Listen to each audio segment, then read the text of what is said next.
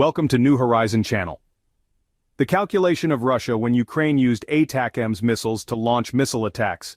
Ukraine's first use of Atacms missiles caused significant damage to Russia, forcing Russia to move its bases further from the front lines on October 17, marking the first time Ukraine used Atacms missiles provided by the United States. These long-range missiles brought initial success to the Ukrainian military in this offensive. This attack not only inflicted damage on Russia's equipment but also had a significant impact on the strength of the Russian Air Force. Moscow had to quickly withdraw its bases and logistics centers from the frontline region. The first Atacms missile attack, according to insider Kwando, targeted the airports in Berdyansk and Luhansk, two locations controlled by Russia. According to initial assessments by the Ukrainian Ministry of Defense, this attack resulted in the loss of 9 helicopters, an air defense launcher, and some vehicles and ammunition. The intelligence update on October 20th suggested that it was likely that 9 of these helicopters were destroyed at Berdyansk and 5 others in Luhansk.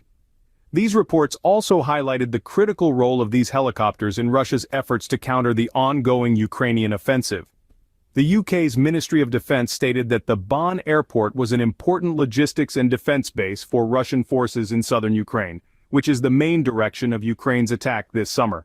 The goal of the Ukrainian military along this axis is to advance towards the Sea of Azov to cut off and disrupt the supply lines between the regions controlled by Russia.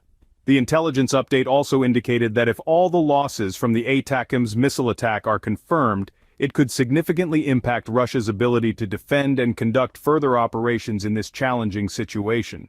The Ministry of Defense of the UK added that with the current difficulties in Russia's military production, any lost aircraft would be challenging to replace in the short and medium term. This loss of capability could also put additional pressure on Russian pilots and the remaining aircraft that are already strained due to the prolonged military campaign. Since Russia initiated its special military operation last year, its air force has suffered significant losses, including at least 93 aircraft and 115 helicopters of various types, along with hundreds of unmanned aerial vehicles. The UK Ministry of Defense suggested that Ukrainian Atacms missile attacks could force Russia to move its bases and command centers further from the front lines. This would create difficulties for Russia's logistics operations, which it had to do previously when Ukraine received long-range precision strike weapons from Western sources. The transfer of the High-Mobility Artillery Rocket System, HIMARS, by the United States last year extended Ukraine's striking range, compelling Russia to relocate ammunition depots, air defense systems, and critical logistics centers out of the range of these weapons. The Storm Shadow missile of the UK and the Scalp-EG missile of France also have a similar effect. Most of the Russian Black Sea Fleet has withdrawn from Sevastopol following Ukraine's attack in September, targeting a ship repair yard. Ukraine has long desired to possess Atacms missiles due to their double the range compared to the HIMARS missiles provided by the US. According to an insider report, Ukraine used a variant of the M39 missile in the attack on October 17. The M39 is a variant equipped with cluster munitions with a range of up to 165 kilometers and is loaded with 950 bomblets or M74 cluster munitions. These bomblets can scatter over a wide area. As per Russian military experts, Ukraine's use of Atacms is not limited to attacking Russian frontline bases, but can also support offensives on the southeastern front. Ukrainian experts believe that Atacms poses a new threat to Russian air units near the front line. This requires them to quickly adapt to new combat conditions. The first use of Atacms missiles by Ukraine to attack forward operating helicopter bases clearly indicates their intent. Atacms is capable of simultaneously neutralizing multiple aircraft or support facilities. This forces Russia to move its bases further from the combat zone, reducing or restricting aerial support to its ground forces. However, Russian military experts note that there is no such thing as a magic weapon, and Atacms cannot alter the current conflict dynamics in Ukraine. Russia claims to be able to withstand any threat, as their air defense systems effectively cover various territories. The UK Ministry of Defense expressed concerns about the transfer of Atacms missiles to Ukraine, fearing an escalation in the conflict, as these weapons could potentially be used to attack targets within Russia. Recent reports confirm the delivery of Atacms missiles to Ukraine with upgraded versions having a range of up to 165 kilometers. Russian President Vladimir Putin has criticized this move as another mistake by the United States, and he believes that these weapons only add to the existing threat. While not enough to significantly change the situation on the front line, Moscow claims to have the capability to defend against such attacks. It should be noted that despite these developments, Russia remains confident in its ability to withstand any attacks. Why did President Biden decide to send Atacms missiles to Ukraine? Ukraine has recently confirmed using Atacms missiles provided by the United States to attack 2 airports and destroy several Russian military assets.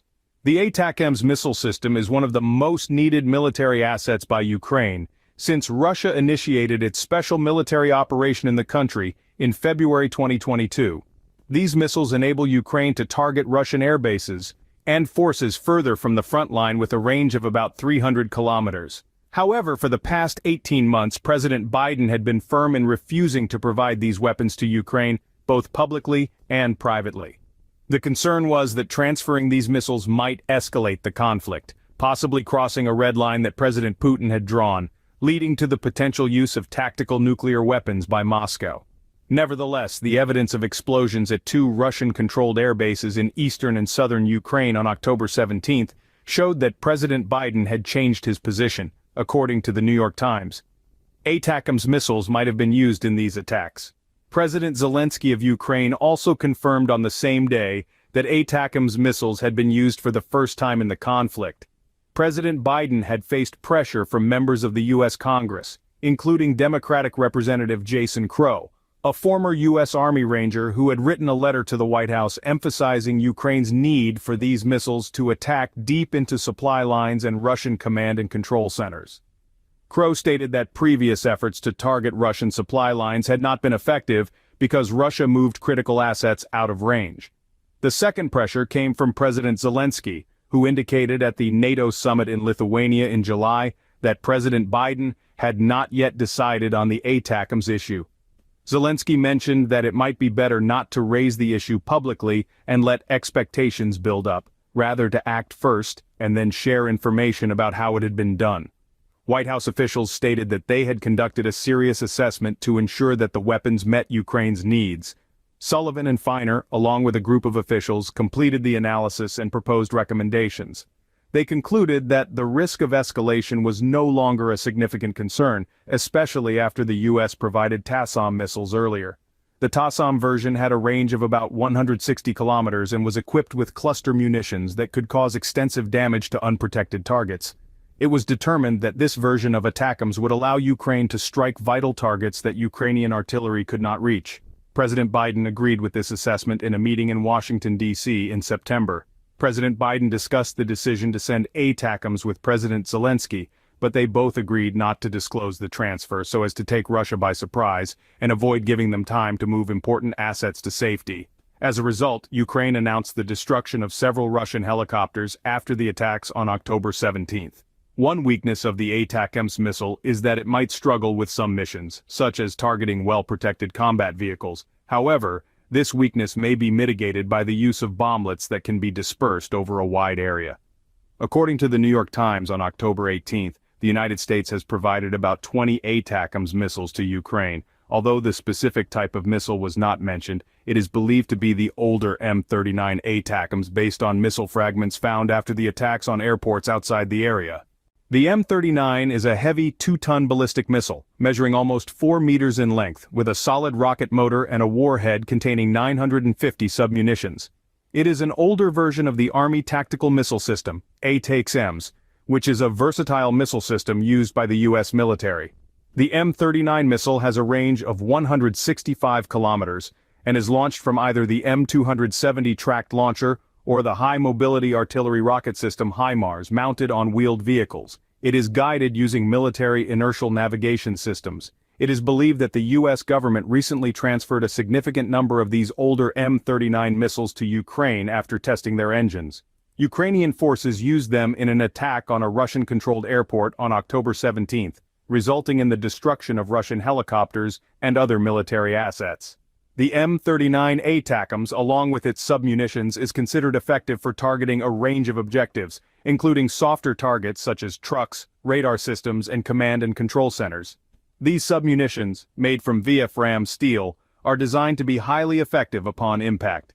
However, the M39 has limitations when it comes to dealing with well-protected armored vehicles, such as tanks. It may not be cost-effective to use M39 missiles to destroy entire tank battalions, as the submunitions are less effective against heavily armored targets. To address the tank threat, the US had developed a newer variant of the Atacms with the ability to carry anti-tank submunitions. Still, transferring the older M39 missiles to Ukraine was done to provide the country with effective means of targeting a range of Russian military assets, including airfields, supply depots, and command and control centers. It's essential to note that these missile transfers aim to bolster Ukraine's capabilities in the conflict, but the situation remains complex, and the conflict involves multiple dynamics and challenges.